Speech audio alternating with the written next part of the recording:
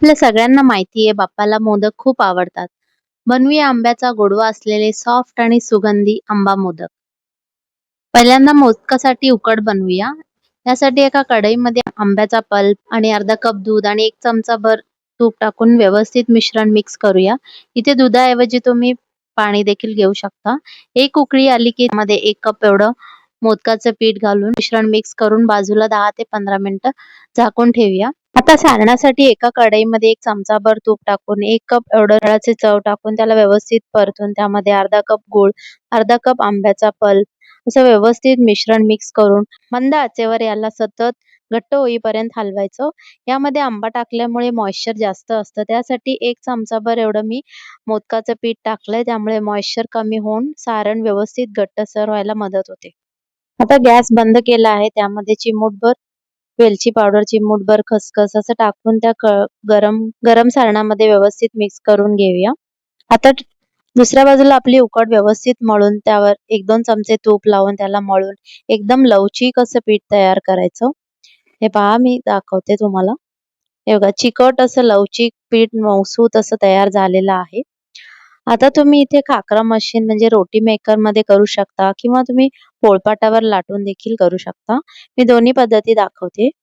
हे असं लाटून 3 बोटांमध्ये अशा कळ्या पाडायच्या. जेवढ्या जवळ आपण कळ्या पाडू तेवढे सुबक आणि सुंदर मोदक तयार होतात.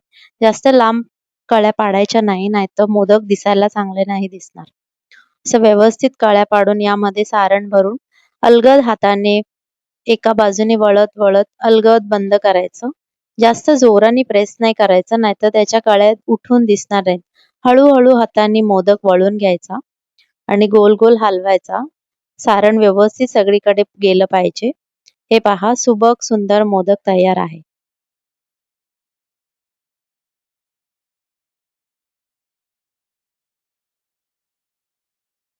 पोळपाटावरची पद्धत दाखवते.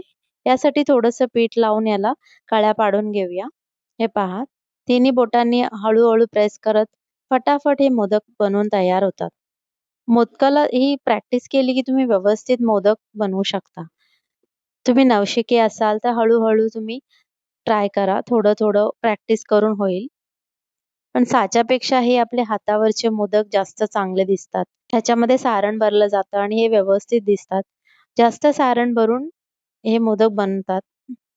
हे पहा या मोदकांवर केसर लावून याला 15 ते 20 मिनिटं मीडियम फ्लेमवर व्यवस्थित वाफवून घेऊया. मोदक शिजले की त्यावर हलकीशी चमक येते म्हणजे ते तयार झाले. हे मोदक नैवेद्याला ठेवा आणि बाप्पाचा आशीर्वाद घ्याल. बोला गणपती बाप्पा मोरया, मंगलमूर्ती मोरया.